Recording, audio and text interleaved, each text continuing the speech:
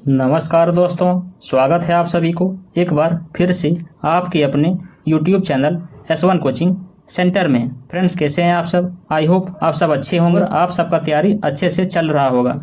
Friends, आज की video में हम लोग एक बार फिर से रेलवे साइंस का प्रैक्टिस सेट करने जा रहे हैं, जिसमें आज हम लोग प्रैक्टिस सेट 28 करेंगे। ठीक है, बाकी का प्रैक्टिस सेट जिसने नहीं देखे हैं वो ऊपर के आई बटन या फिर चैनल के प्लेलिस्ट में जाकर के देख सकते हैं। ठीक है, और हाँ, ये जो प्रैक्टिस सेट है, चाहे आप किसी भी गवर्नमेंट एग्जाम की तैयारी कर रहे हैं तो सभी एग्जाम के लिए ये प्रैक्टिस सेट इंपॉर्टेंट हो जाएगा। ठीक है, आज के प्रैक्टिस सेट का सबसे पहला क्वेश्चन क्या है? देखिए, सबसे पहला क्वेश्चन क्या है कि जीव विज्ञान यानी कि बायोलॉजी शब्द का प्रयोग सबसे पहले किसने किया था?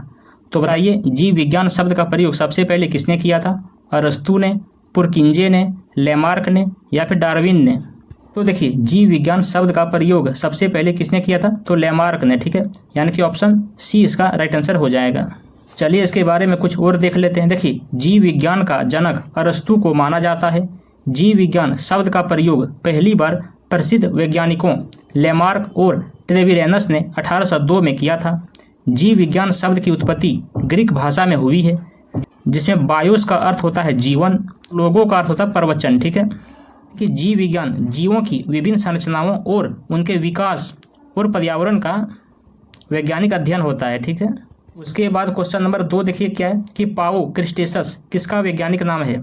तो बताइए, पाओ क्रिस्टेसस किसका वैज्ञानिक नाम है? बाघ का, मेढक का, मनुष्य का या फिर मोर का? तो देखिए, पाओ क्रिस्टेसस जो है वो मोर का वैज्ञानिक नाम है। ठीक है, यानी कि ऑप्शन डी इसका राइट आंसर हो जाएगा। बाकी देखिए, बाघ का वैज्ञानिक नाम क्या हो जाएगा? तो पैंथेरा टाइग्रिस। ठीक है, मेढक का वैज्ञानिक नाम क्या हो जाएगा? तो राना टिग्रीना। और तो मनुष्य का वैज्ञानिक नाम क्या हो जाएगा? Human sapiens. ठीक है, में कुछ और जानते हैं। देखिए, ये जो मोर है वो किस सदस्य परिवार से आते हैं? तो ये आते हैं फेसियानिडियाई। ठीक है, फेसियानिडियाई परिवार के सदस्य होते हैं मोर। ठीक है, जिसका वैज्ञानिक नाम क्या है? तो पाओ क्रिस्टेसस है। अंग्रेजी भाषा में से बुल्लू पीफाउल अथवा पीकॉक कहते हैं। उसके बाद क्वेश्चन नंबर 3 देखिए क्या है कि मैंग्रोव वनस्पति कहाँ पाई जाती है? तो बताइए, मैंग्रोव वनस्पति कहाँ पाई जाती है? देहरादून घाटी में, कुल्लू घाटी में, पश्चिमी घाटी में या फिर सुंदरवन घाटी में? तो देखिए, मैंग्रोव वनस्पति पाई जाती है कहाँ पर? तो सुंदरवन घाटी में। ठीक है, यानी कि ऑप्शन डी इसका राइट आंसर हो जाएगा। चलिए इसके बारे में कुछ और जान लेते हैं। देखिए, कावेरी, कृष्णा, महानदी, गोदावरी और गंगा की उपजाऊ डेल्टा में मैंग्रोव वन शामिल है। पश्चिम बंगाल राज्य में इन जंगलों को सुंदरवन के नाम से जाना जाता है, जो सबसे बड़े डेल्टा पर पड़ा है। मैंग्रोव वनों का विश्व का सबसे बड़ा क्षेत्र सुंदरवन है और सुंदरवन एक यूनेस्को विश्व धरोहर स्थल भी है। ठीक है, जो कोलकाता से लगभग 110 किलोमीटर दूर 24 परगना जिले के दक्षिण पूर्वी छोर पर स्थित है। उसके बाद क्वेश्चन नंबर 4 देखिए क्या है कि कुफरी किस फसल की किस्म है? तो बताइए, कुफरी जो है वो किस फसल की किस्म है? आलू फसल की, टमाटर की, शलजम की या फिर केला की? तो देखिए, ये जो कुफरी है वो आलू किस्म की फसल है। ठीक है, यानी कि ऑप्शन ये इसका राइट आंसर हो जाएगा। देखिए क्या है कि कुफरी चंद्रमुखी आलू की एक महत्वपूर्ण किस्म है।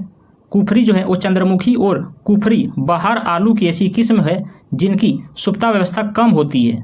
ये जो फसल होता है ये 110 से 120 दिनों में तैयार हो जाती है। इसकी पैदावार कितनी होती है? तो इसकी पैदावार लगभग 300 से 350 क्विंटल प्रति हेक्टेयर तक होती है। उसके बाद क्वेश्चन नंबर 5 देखिए क्या है कि फाइकोलॉजी में किसका अध्ययन किया जाता है? तो बताइए, फाइकोलॉजी में किसका अध्ययन किया जाता है? शैवाल का, कवक का, परिस्थितिकी का या फिर विषाणु का? तो देखिए, फाइकोलॉजी में शैवाल का अध्ययन किया जाता है। ठीक है, यानी कि ऑप्शन ये इसका राइट आंसर हो जाएगा। बाकी देखिए, कवक के अध्ययन को क्या कहते हैं? तो कवक के अध्ययन को माइकोलॉजी कहते हैं। ठीक है, और विषाणु के अध्ययन को क्या कहते हैं? तो विषाणु के अध्ययन को वायरोलॉजी कहते हैं। चलिए इसके बारे में कुछ और जानते हैं। देखिए, शैवाल के अध्ययन को फाइकोलॉजी कहते हैं। यह मुख्य रूप से जलीय पौधों का एक बड़ा विषम समूह होता है, जिसका आकार सूक्ष्म रूपों से लेकर झाड़ियों या पेड़ों जितनी बड़ी प्रजातियों तक होती है। उसके बाद क्वेश्चन नंबर 6 देखिए क्या है कि राष्ट्रीय विज्ञान दिवस कब मनाया जाता है? तो बताइए, राष्ट्रीय विज्ञान दिवस कब मनाया जाता है? 20 फरवरी को, 28 फरवरी को, 31 मार्च को या फिर 28 जनवरी को? तो देखिए, राष्ट्रीय विज्ञान दिवस जो है वो 28 फरवरी को मनाया जाता है। ठीक है, यानी कि ऑप्शन बी इसका राइट आंसर हो जाएगा। फ्रेंड्स, अगर वीडियो पसंद आ रहा हो तो उसको लाइक करें और दोस्तों के पास भी शेयर करें। चलिए इसके बारे में कुछ और जानते हैं। देखिए क्या है कि राष्ट्रीय विज्ञान दिवस को 28 फरवरी को इसीलिए सेलिब्रेट किया जाता है क्योंकि भारत के महान वैज्ञानिक CV रमन ने इस दिन रमन इफेक्ट की खोज की थी। और इसके लिए उन्हें 1930 में भौतिकी के लिए नोबेल पुरस्कार भी प्रदान किया गया था। उसके बाद क्वेश्चन नंबर 7 देखिए क्या है कि महिला अंतरिक्ष यात्री कल्पना चावला का निधन कब हुआ था। तो बताइए महिला अंतरिक्ष यात्री कल्पना चावला का निधन कब हुआ था। 2001 में, 2003 में, 2004 में या फिर 2002 में। तो देखिए महिला अंतरिक्ष यात्री कल्पना चावला का निधन हुआ था कब, तो 2003 में, ठीक है, यानी कि ऑप्शन 20 का राइट आंसर हो जाएगा। चलिए इसके बारे में कुछ और जानते हैं। देखिए 1 फरवरी का दिन था, दुनिया के अंतरिक्ष वैज्ञानिकों के दिल में एक टीस बनकर बसा हुआ था। वर्ष 2003 में इसी तारीख को अमेरिका का अंतरिक्ष शटल कोलंबिया अपना अंतरिक्ष मिशन समाप्त करने के बाद लौटने के दौरान दुर्घटनाग्रस्त हो गया था, जिसमें भारतीय अंतरिक्ष यात्री कल्पना चावला की मौत हो गई थी। उसके बाद क्वेश्चन नंबर 8 देखिए क्या है कि सोडा वाटर बनाने के लिए कौन सी गैस प्रयुक्त की जाती है। तो बताइए सोडा वाटर बनाने के लिए कौन सी गैस प्रयुक्त की जाती है। NO, CO, CO2 या फिर SO2। तो देखिए सोडा वाटर बनाने के लिए CO2 यानी कि कार्बन डाइऑक्साइड गैस का प्रयोग किया जाता है, ठीक है, यानी कि ऑप्शन C इसका राइट आंसर हो जाएगा। चलिए इसके बारे में कुछ और जानते हैं। देखिए सोडा वाटर बनाने में कार्बन डाइऑक्साइड गैस का उपयोग किया जाता है। इस प्रक्रिया को कार्बोनेशन के रूप में भी जाना जाता है। यह एक ऐसी प्रक्रिया होती है जिसके कारण पानी बुदबुदाने लगता है। पानी में घुलने वाली कार्बन डाइऑक्साइड की मात्रा हेनरी के नियम के द्वारा वर्णित किया जाता है। उसके बाद क्वेश्चन नंबर 9 देखते हैं क्या है कि सूर्य की सतह का तापमान कितना होता है। तो बताइए सूर्य की सतह का तापमान कितना होता है। 6000 केल्विन, 7000 केल्विन, 8000 केल्विन या फिर 2000 केल्विन। तो देखिए सूर्य की सतह का तापमान होता है कितना, तो 6000 केल्विन, ठीक है, यानी कि ऑप्शन ये इसका राइट आंसर हो जाएगा। चलिए कुछ और जानते हैं इसके बारे में। देखिए सूर्य की सतह के 3 मुख्य क्षेत्र हैं, ठीक है, सूर्य की सतह के कितने मुख्य क्षेत्र हैं, 3 मुख्य क्षेत्र हैं। कौन कौन सा, तो देखिए सबसे पहला प्रकाश मंडल जिसको हम लोग फोटोस्फीयर भी बोलते हैं। उसके बाद है वर्ण मंडल जिसको हम लोग क्रोमोस्फीयर बोलते हैं। उसके बाद है प्रभा मंडल जिसको हम लोग कोरोना बोलते हैं। सूर्य का प्रकाश मंडल जो होता है, जो फोटोस्फीयर वाला भाग होता है जिसे हम अदृश्य देखते हैं, और यहीं पर सूर्य के धब्बे दिखते हैं। सूर्य के प्रकाश मंडल का तापमान जो है वो 6000 केल्विन होता है। देखिए उसके बाद क्वेश्चन नंबर 10 क्या है कि ध्वनि की पिच का निर्धारण किससे होता है। तो बताइए ध्वनि की पिच का निर्धारण किससे होता है। गति से, आयाम से, आवृत्ति से या फिर प्रबलता से। तो देखिए ध्वनि की पिच का निर्धारण जो है वो होता है किससे, आवृत्ति से, ठीक है, यानी कि ऑप्शन C इसका राइट आंसर हो जाएगा। चलिए इसके बारे में कुछ और जानते हैं। देखिए ध्वनि की पिच उसकी आवृत्ति पर निर्भर करती है, चूँकि ध्वनि की पिच सीधे आवृत्ति के समानुपाती होती है। उसके बाद क्या है कि कम आवृत्ति वाली ध्वनियों को कम पिच वाली कहा जाता है और उच्च आवृत्ति वाली ध्वनियों को उच्च पिच वाली कहा जाता है, ठीक है। उसके बाद क्वेश्चन नंबर 11 देखिए क्या है कि रेफ्रिजरेटर में थर्मोस्टेट का क्या कार्य है। तो बताइए रेफ्रिजरेटर में थर्मोस्टेट का क्या कार्य है। तापमान कम करना, हिमायन का ताप को बढ़ाना, एक समान ताप को बनाए रखना या फिर गलनांक को घटाना। तो देखिए रेफ्रिजरेटर में थर्मोस्टेट का क्या कार्य है। तो रेफ्रिजरेटर में थर्मोस्टेट का कार्य क्या है कि तो एक समान ताप को बनाए रखना, ठीक है, यानी कि ऑप्शन C इसका राइट आंसर हो जाएगा। चलिए इसके बारे में कुछ और जानते हैं। देखिए थर्मोस्टेट तापमान की निगरानी करके और फिर कंप्रेसर को चालू और बंद करके शीतलन प्रक्रिया को नियंत्रित करता है। जब सेंसर को पता चलता है कि रेफ्रिजरेटर के अंदर पर्याप्त ठंड है तो वह कंप्रेसर को बंद कर देता है। यदि इसे बहुत अधिक गर्मी का एहसास होता है तो यह कंप्रेसर को चालू कर देता है और शीतलन प्रक्रिया फिर से शुरू कर देता है। फ्रेंड्स देखिए ये सब जितना भी क्वेश्चन है वो किसी न किसी एग्जाम में पूछा गया है, ठीक है, इसीलिए आप वीडियो को अंत तक देखिएगा। देखिए उसके बाद क्वेश्चन नंबर 12 क्या है कि मैक संख्या का प्रयोग किसकी चाल निर्धारण करने के लिए किया जाता है। तो बताइए मैक संख्या का प्रयोग किसकी चाल निर्धारण करने के लिए किया जाता है। प्रकाश की चाल, ध्वनि की चाल या फिर विमान की चाल या फिर इनमें से कोई नहीं। तो देखिए मैक संख्या का प्रयोग किया जाता है किसकी चाल निर्धारण करने के लिए, तो विमान की चाल निर्धारण करने के लिए, ठीक है, यानी कि ऑप्शन C इसका राइट आंसर हो जाएगा। चलिए इसके बारे में कुछ और जानते हैं। देखिए मैक संख्या का उपयोग चाल के संबंध में किया जाता है। मैक संख्या एक पिंड की चाल का अनुपात होता है जिसमें ध्वनि की चाल अबाधित माध्यम में होती है जिसके माध्यम से पिंड यात्रा कर रहा होता है। इसके बाद क्या देखें कि इसीलिए जब कोई भी विमान जो है वो अगर मैक 1 पर उड़ रहा होता है तो उसकी चाल जो है वो हवा में ध्वनि की चाल के बराबर हो जाता है। उसके बाद क्वेश्चन नंबर 13 देखिए क्या है कि जेट इंजन किस सिद्धांत पर कार्य करता है। तो बताइए जेट इंजन जो है वो किस सिद्धांत पर कार्य करता है?